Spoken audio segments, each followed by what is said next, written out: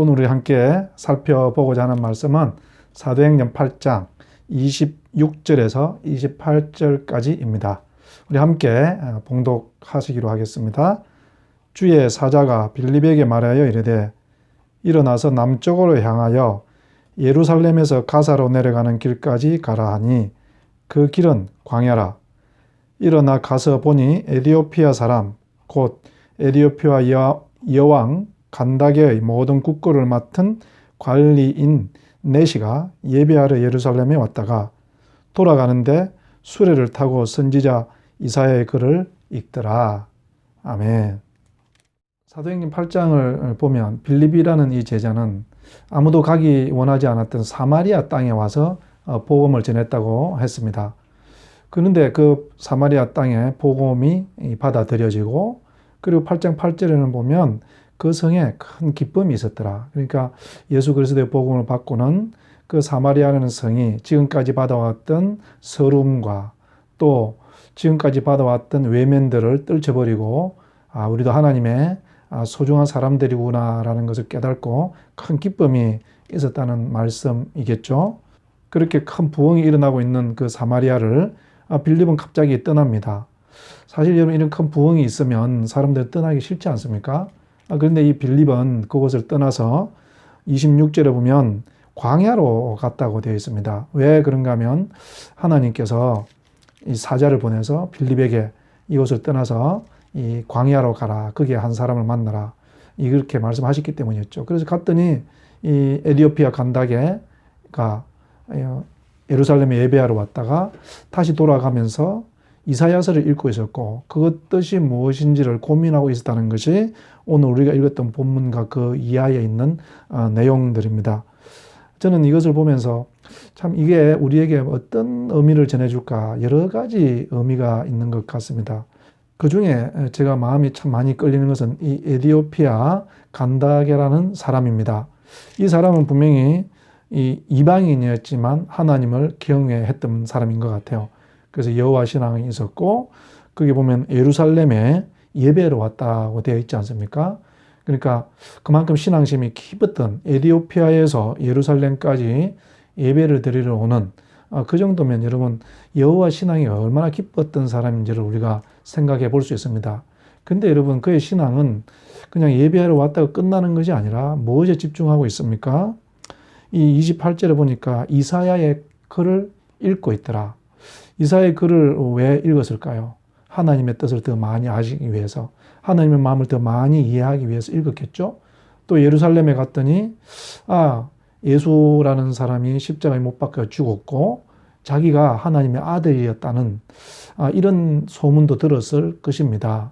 그러면서 이 에디오피아 간다게라는 사람은 자기가 믿는 하나님은 어떤 분이며 또 예수님은 어떤 사람인지를 깊이 고민하고 그것을 성경 속에서 답을 얻고자 아마 깊이 이 마차를 타고 가면서도 이 책을 읽고 있는 이 모습을 보게 됩니다. 여러분 저는 우리 간다게라는 이 네시의 믿음에서 우리가 참 배울 게 많은 것 같아요. 예배하는 신앙. 그런데 그냥 모여서 예배하고 제사 드리는 것을 끝나는 것이 아니라 뭘 한다고요? 말씀을 통해서 하나님의 뜻을 구하고 그리고 하나님께서 나에게 말씀하신 것이 무엇인지를 찾고 그 예수라는 사람이 과연 하나님의 아들인지 아닌지에 대해서 고민하는 이런 신앙, 여러분 저와 여러분의 신앙이 이런 신앙이 되기를 바랍니다. 믿어야 되겠죠. 그냥 무조건 생각 없이 믿는 것이 아니라 이렇게 하나님을 믿으면서 하나님의 뜻이 무엇인지를 말씀을 통해서 배워가는 이 신앙이야말로 참으로 멋진 신앙인 것 같습니다. 여러분 이런 이 간다게의 간절함에 하나님께서 응답을 하신 거죠. 그 사마리아에서 큰 부흥이 일어나고 있는데도 빌립을 거기서 나가라고 해서 이 간다게를 만나게 하고 그리고 그 이사야서에 나와 있는 글을 이 빌립을 통해서 이 간다게는 이해를 하게 되지 않습니까? 그리고 거기에 나와 있는 그 선지자는 바로 예수님을 말하는 것이라는 것을 알았을 것이고 그리고 이 간다게는 예수 그리스도를 새롭게 받아들였을 것이고 그의 여호와 신앙은 참으로 새로운 신앙으로 발돋움할 수 있었을 것입니다. 여러분 우리 하나님은 이것처럼요 한 사람의 간절함을 결코 소홀히 여기지 않습니다. 우리 하나님의 나라는 한 사람을 소중히 여기면서 확장되고 번져간다는 것을 또한 이 본문은 말해주고 있는 것이죠.